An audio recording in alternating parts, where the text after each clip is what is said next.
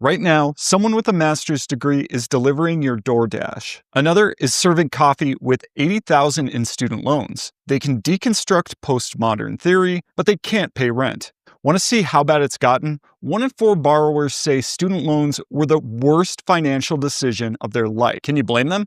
When you're forced into jobs you hate to make minimum payments, when buying a home becomes impossible because you went to school, you start to question everything you were told. But this isn't the first time higher education became a debt trap. Rome ran this exact con in 100 AD.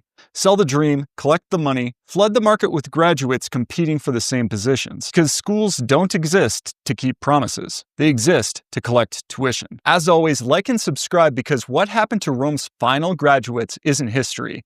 It's a preview of what's coming. Rome, 100 AD. There are hundreds of young men standing in the Forum at dawn. Each one his family's hope. Each one sent to Athens for rhetoric school, Rome's Harvard. The goal? Same as today. Open doors their parents never could. A better life. But 3 years after graduation, they're still here. Hundreds of rhetoric graduates, all begging for the same legal cases. Rome's satirist Juvenal was watching all of this. His line about them? Poverty's greatest curse is that it makes men objects of mirth. Translation? You worked for a seat at the table, you got an apron and a tray. Juvenal wrote this in 100 AD. We're living it in 2025. So how do you convince an entire civilization to bankrupt themselves for credentials that don't pay? The perfect con requires proof that it worked. And early in the empire, rhetoric education delivered. Provincial families sent their sons to Athens or Rome, and those sons made it, became advocates, magistrates, provincial governors. The success stories were real. That's what made the lie so believable later. So more schools opened, more families borrowed, more graduates entered the market. The wave was building. Yet here's what no one calculated. Rome had only so many elite positions, but rhetoric schools graduated thousands every year. When a credential becomes common, it stops being valuable. The schools knew this, families didn't. So schools kept enrolling, kept taking tuition, and desperate parents kept believing until graduation day, when they realized they'd been sold a lie. We make the same choice today. You're a parent in 2025, your kid doesn't go to college, they're locked out. So you co-sign the loans. That's not optimism for the future. That's a hostage situation. Today, the average college graduate carries $42,000 in debt for jobs paying $55,000. The math almost works until you realize 52% of graduates are underemployed, working jobs that don't even require a degree. But here's what makes our trap even worse. At least Rome had an escape hatch for student debt. If your creditor died, the debt would die with him. Your creditor realized rhetoric degrees are now worthless, he might eventually forgive them and move on. But your student loans are held by a government that never dies. They survive bankruptcy, divorce, career change. They'll garnish your social security checks to get paid back if they need to. In Rome, it took 150 years for the full catastrophe to unfold. 2 generations of graduates, 2 different kinds of suffering. America is different. We compressed Rome's 150 years into 75, and we're accelerating. So how does a debt trap destroy 2 generations? Let me show you Rome's version first, and you'll recognize exactly where we are in the cycle. Look, schools have been breaking promises since ancient Rome, and every like or comment on this video gets this information out to more people. So let's have the discussion they don't want us to have. Do you now regret taking out student loans? Most honest answer gets pinned. This is Juvenal's world. Juvenal did everything the schools told him to do. Studied rhetoric under the best teachers, practiced law, built his skills. Then he tried to advance in the civil service, get the positions his education promised. He got passed over. Why?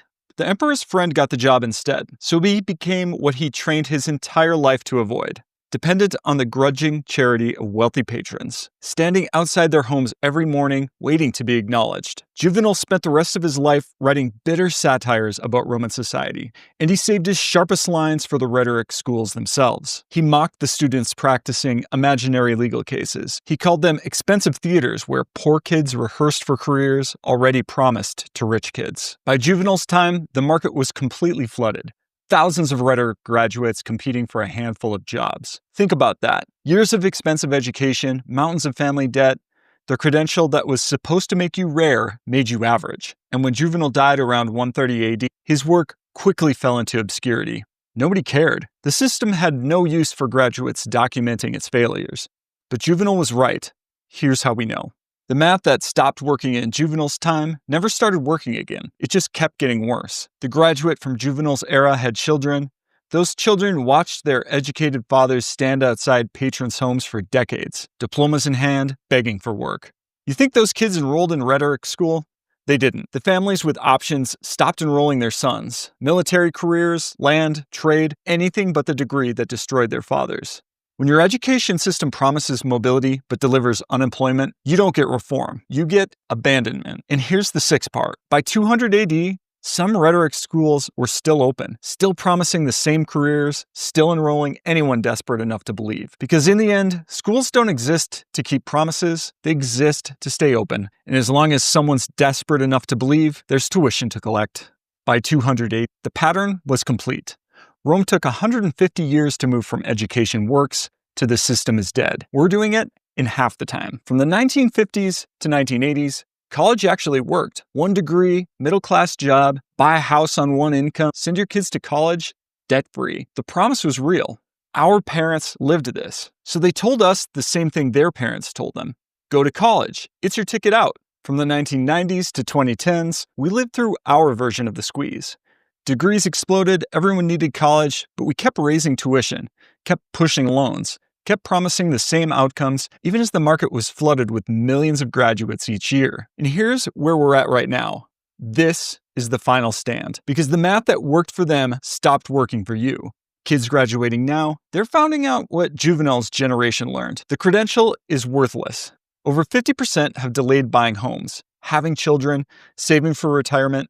The average repayment period, 10 to 25 years. And here's the part that proves this is worse than Rome. 1 in 16 borrowers have experienced suicidal thoughts directly related to their student loan debt. Rome's graduates were humiliated. Ours are hopeless, and it's getting worse. AI is destroying the knowledge work those degrees promised. The white-collar jobs your parents got, they're not coming back. Right now, Gen Z is graduating with debt they'll never pay off. Working jobs that don't use their degrees, living with roommates at 35. If Gen Z graduates can ever afford to have kids, their kids will grow up watching mom or dad still making student loan payments, still underemployed, still unable to buy a house.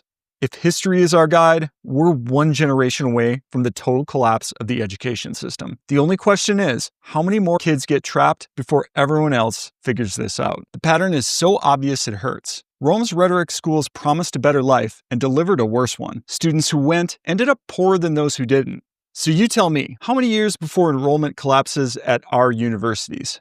Drop your prediction below. Most accurate timeline gets pinned. If you like this, hit subscribe, because history isn't just what happened. It's what's about to happen again. The elites know these patterns. Now you do too. Check out the other videos. Each one shows you a collapse before it happens.